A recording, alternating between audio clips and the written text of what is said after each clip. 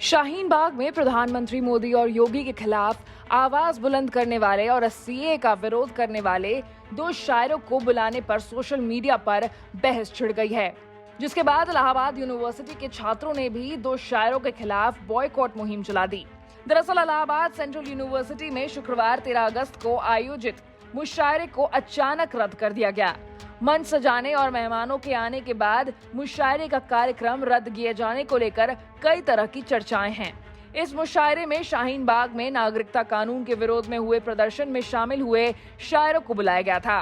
कहा जा रहा है कि सोशल मीडिया पर मामले के उछाल के बाद यूनिवर्सिटी प्रशासन ने इस कार्यक्रम को रद्द करने का फैसला किया।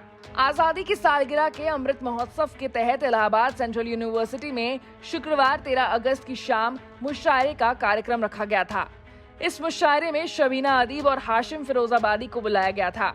शबीना अदीब और हाशिम फिरोजाबादी पिछले साल शाहीन बाग में हुए प्रदर्शन में शामिल हुए थे। दोनों शायरों ने प्रधानमंत्री मोदी और सरकार के अन्य लोगों के खिलाफ विवादित टिप्पणी की थी।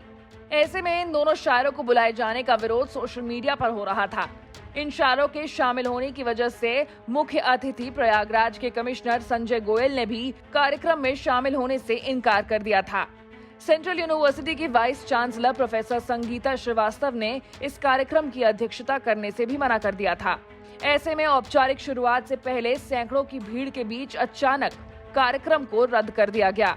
कार्यक्रम यूनिवर्सिटी के सीनेट हॉल में होना था और इसे इलाहाबाद सेंट्रल यूनिवर्सिटी का उर्दू डिपार्टमेंट, उत्तर प्रदेश उर्दू अकेडमी और यूनिवर्सिटी की केंद्रीय सांस्कृतिक समिति ने साझे तौर पर आयोजित कर रखा था।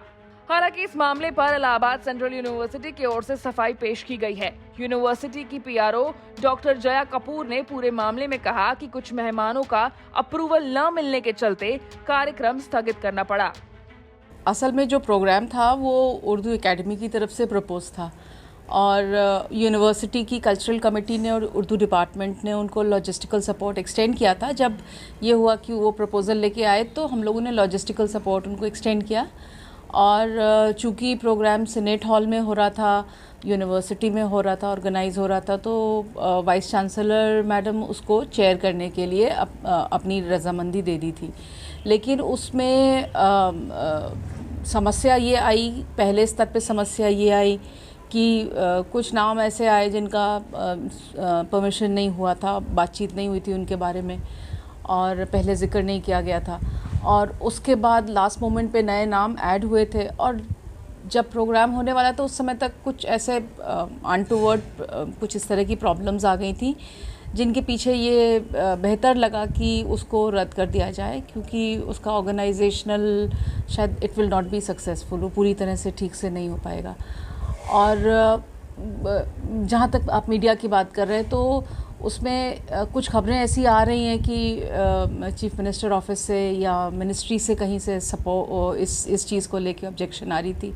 ये बिल्कुल गलत है, ये पूरी तरह से बेबुनियाद है एंड हम लोग इसका पूरी तरह से खंडन कर रहे हैं। इस तरह का कोई बात नहीं था, जो भी था वो कुछ आखिरी समय में आके इस तरह के प्रॉब्लम्स आ गए थे, समस्याएं आ गई थी कि कार्यक्रम को रद्द करना पड़ा। जो गेस्ट बुलाए गए थे उनको जो देना होता है पैसे वगैरह वो सब तो खर्चे हुए होंगे, क्या होगा उसका?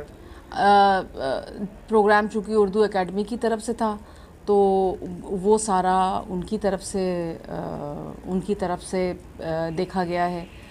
हम लोगों ने अपने लेवल पे प्रोग्राम को स्क्रैप किया है। कुछ शायर ऐसे भी आए थे जो सीए एनआरसी को लेकर के दिल्ली में उन्होंने कुछ बातें की थी, वो भी शायर यहाँ पर आने थे।